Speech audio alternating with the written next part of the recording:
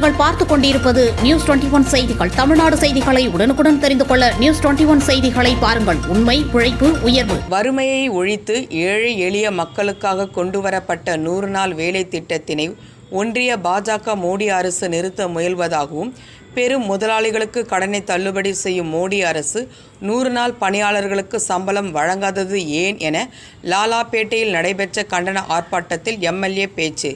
தமிழகம் முழுவதும் 100 நாள் வேலை உறுதி திட்டத்தில் ரூபாய் 4000 கோடி நிதியை வழங்காமல் உள்ள ஒன்றிய பாஜக அரசை கண்டித்து திமுக சார்பில் அனைத்து ஒன்றியங்களிலும் கண்டன ஆர்ப்பாட்டங்கள் நடைபெற்றன. கரூர் மாவட்டம் குளித்தலை சட்டமன்ற தொகுதிக்குட்பட்ட கிருஷ்ணராயபுரம் கிழக்கு ஒன்றியம் திமுக சார்பில் லாலாப்பேட்டையில் 100 நாள் வேலை உறுதி திட்டத்தின் கீழ் ரூபாய் 4000 கோடி வழங்காத ஒன்றிய பாஜக அரசை கண்டித்து ஒன்றிய பொறுப்பாளர் கதிரவன் தலைமையில் கண்டன ஆர்ப்பாட்டம் நடைபெற்றது. இதில் குளித்தலை எம்எல்ஏ மாணிக்கம் கலந்து கொண்டு கண்டன உரையாற்றினார்.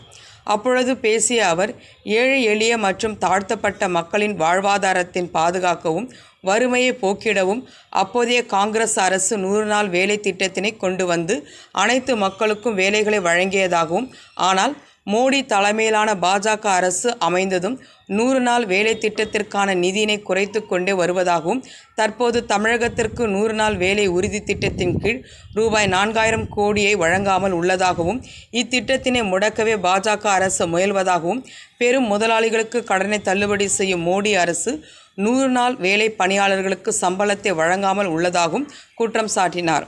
மேலும் ஒன்றிய பாஜக அரசினை கண்டித்து கண்டன கோஷங்களையும் முழக்கமிட்டனர்.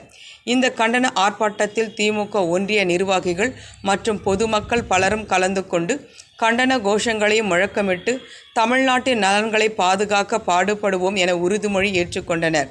அதேபோல வைகை நல்லூரில் குளித்தலை கிழக்கு ஒன்றியம் சார்பில் ஒன்றிய செயலாளர் சூரியனூர் சந்திரன் தலைமையிலும், இனங்குனூரில் குளித்தலை மேற்கு ஒன்றியம் திமுக சார்பில் ஒன்றிய செயலாளர் பொய்யாமணி தியாகராஜன் தலைமையிலும், ஆர்டி மலையில் தோகமலை கிழக்கு ஒன்றிய திமுக சார்பில் ஒன்றிய செயலாளர் புழுதேரி அண்ணாதுரை தலைமையிலும் கண்டன ஆர்ப்பாட்டங்கள் நடைபெற்றன. நியூஸ் 21 தமிழ்நாடு செய்திகளுக்காக கரூர் மாவட்ட செய்தியாளர் சதீஷ்.